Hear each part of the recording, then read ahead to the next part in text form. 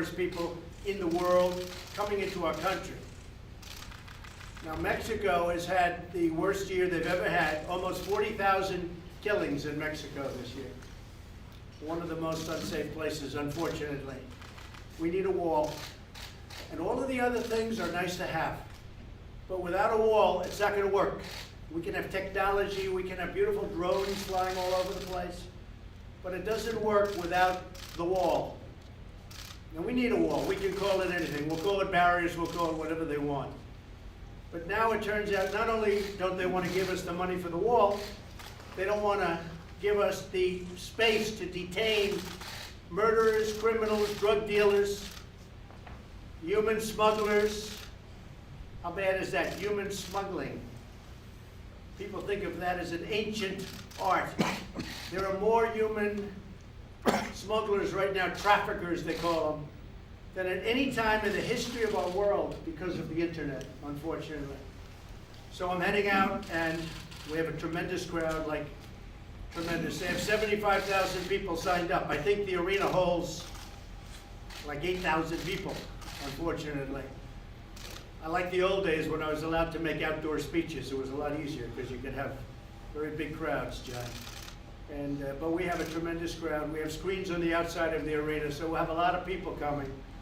And again, if you look at your own newscast, you'll see people lined up for a long way, a lot of people. Sheriff, would you like to say something? Well, first of all, I thank you, Mr. President, for standing with law enforcement. Thank you, Sheriff. You've given us our footing back. We're very concerned about the fact that we're going to have people being released from prison that should be held. And imagine in any American city, and the President certainly gets this, that we would say we're going to put a limit on the number of people that commit burglaries or rapes or what have you. After you reach that limit, we're going to release them back into the neighborhoods. That's what's happening. And the President is absolutely right to be standing in defense of this, in defense of the safety and security of the people of this nation. And we appreciate it, Mr. President. It's happening in our communities and we appreciate our support. Not even thinkable. Please, anybody? Yes. Sheriff, please. Mr. President, Vice President, members of the press, no one understands better than sheriffs in this country what's happening to us with the criminality that's coming across the border. This is what we do. This is where we're engaged. If you do anything to cut ICE funding, you devastate our communities. You make law enforcement one of the biggest problems that we'll have. If ICE was to be their funding cut, our communities would be at risk. And this is something that we cannot permit to happen in this country.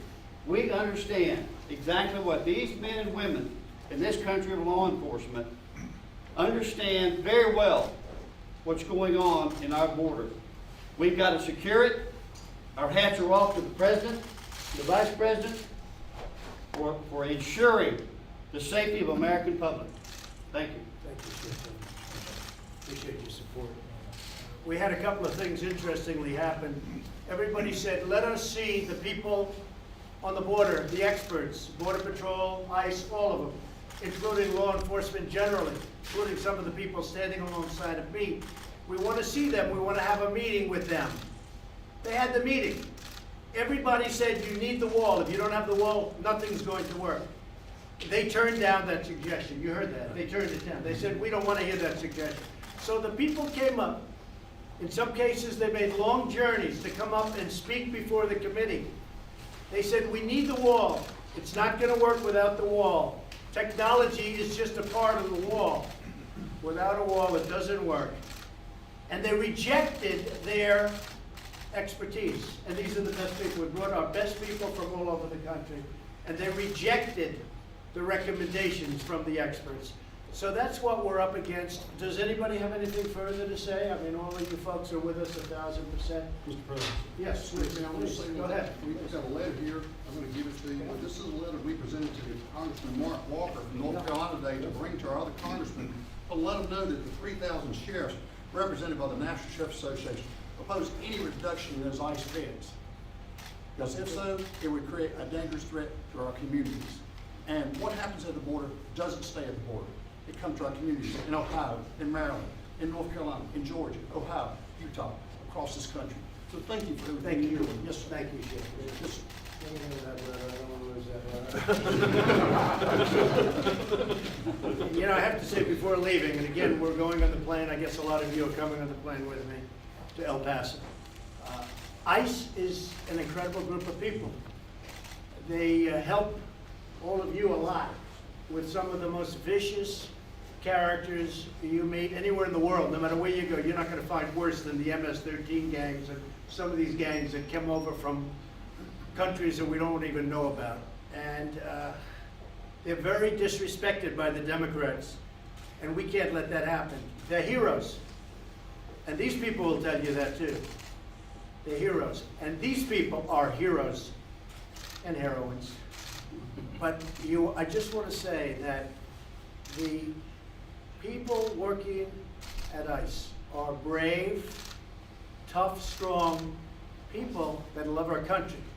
And they help the sheriffs, and they help law enforcement, and they've done an incredible job, and I really appreciate your support. And the Democrats want to cut, think of it, they want to cut ICE. They take out MS-13 and others by the thousands, and they want to cut ICE. So we're not going to let that happen. Thank you all very much. I appreciate it. Mr. President?